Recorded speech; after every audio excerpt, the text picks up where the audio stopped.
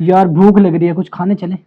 चलो, भूख तो मुझे भी लग रही है। लेकिन चलते ये हैं। तुम्हें पता तो है, हम दोस्त हैं, आपस में दोस्त के बगैर कुछ खाते नहीं है। बिल्कुल। ऐसा करते हैं, बुलाते हैं। अंसर के घर चलते हैं, उसको भी साथ लेके चलते हैं, फिर खाने चलते हैं। ठीक, हाँ ये ठीक है। उसको कॉल लगा, पूछ कहाँ पे है। पर क्या काम कर, उसको सरप्राइज देते हैं। चलो चल ये ठीक है। चलो।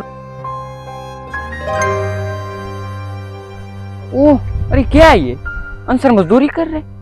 यार ये तो अब हम मजदूरी क्या कर- करेंगे? चलो उसके पास चलते हैं। हम तेरे पास हैं या तू काम कर रहा है? चल कुछ खाने चलते हैं। चल यार, मैं तेरे साथ काम करा देता हूँ।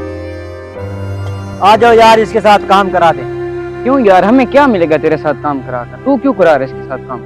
यार मेरी बात सुन, ये हमारा दोस्त है और हम किसी की मदद करेंगे हमें सवाब मिलेगा, और सवाब का अजर हमें अल्लाह देता है, ना कि इंसान। वीडियो बनाने का मकसद ये है कि नेकी का अजर सिर्फ अल्लाह के पास है, ना कि इंसान।